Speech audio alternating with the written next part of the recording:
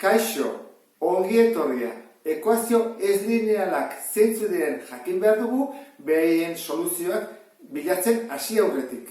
Horrelakoak dira, begira.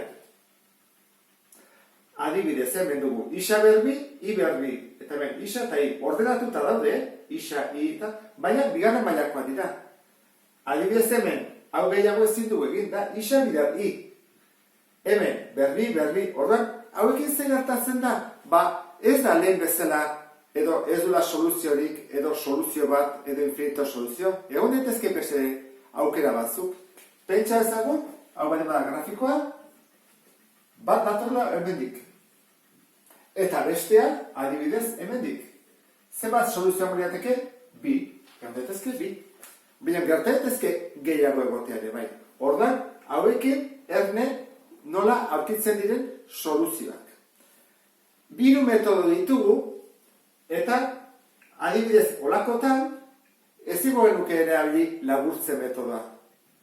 Hau direlako biak bigarren mailakoak, eta hau ez direlako bigarren mailakoak. Orduan, hemen ego genuke ordezkatzen metodoarekin. Isolatu ezakegu edo bakandu isa eta ordezkatu bestean. Hemen ere berdin gertatzen da, ez da ikusten ez du, hau eta hau berdina direla. Orduan, isa bidean i ordez jarrezakegu hemen iru, eta hau simplifikatu, eta ordezkatzen metodoa berriro erabili. Eta hauetan, ordezkatzen metodoa ezin dugu erabili. Zergatik, begira, berbi, berbi, berbi, berbi. Hasten bagea bat isolatzen, bakantzen, ze gertatzen zaigu. Erroketa atako zaigula. Eta horren asko zailagoa bihurtuko zaigu. Zer egiten da hortarako denak direnean berbi, lauak? Laburtze metodoa. Ikusiko duzu, adibide honekin zer ez kalkulatzen den. Begira. Badute koefiziente berdina batek, hemen iru bat, minus bat eta plus bat. Batuketa ingo dugu. Zergatik berdinak dituztelako, zeinen desberdinakoak.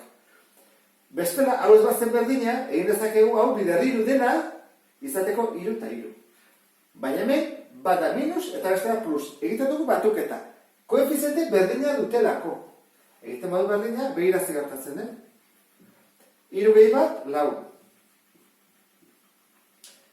Ken bat i berbi, gehi bat i berbi, ez. Eta iru gehi amairu, amasei. Zer da, gediz ezaigu, isa berbi berdin, amasei, eta horrein, leheneko lau pasatzen dugu zatitzen, hori bakigu dela lau, eta horrein, berreketa dagona, behar errotzen. Isa berdin, erro lau. Bueno, ez da soluzio daude bi ez da? Izango izateke, isa bat izango izateke bi, eta isa bi izango izateke minus bi. Orain, iaren bila joan behar dugu. Edo hartzen dugu ekuazio hau, edo beste hau. Ez da, hasirakoak. Nik uste dut egokiago dela hau hartzea, i bilari geralako eta plus delako. Isaren ordez, bi jartzen bat dugu, izango izateke bi berbi, gehi i berbi, berdin amairu. Az gaitezen? Hau da, lau. Orduan izango izateke i berbi, berdin amairu, ken lau. Zepatu zaidera, kentzen. Zepat izango izateke i amairu, ken lau, bederatzi. Eta berbi hau, pasatzen da bestadera, errotzen. Bi soluzio ditu, ezta? Izango izateke i bat plus iru, eta i bi minus iru. Guarda, hemendik hasi bat dugu. Hor beste bi soluzio dago dira, ezta? Ordezkatu behar dugu. Hemen, isaren ordez, minus bi. Horra jartzen dugu. Minus bi, berbi, gehi, i berbi, berdin amairu.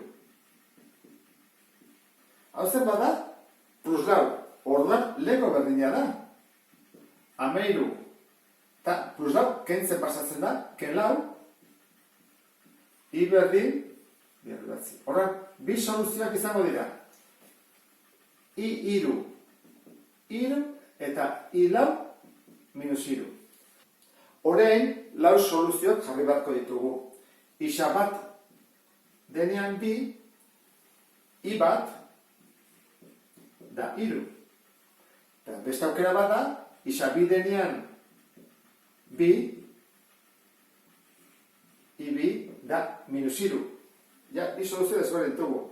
Eta beste bada, isa 3 denean -2, -3 da 3, eta isa 4 denean -2, -4 da -3.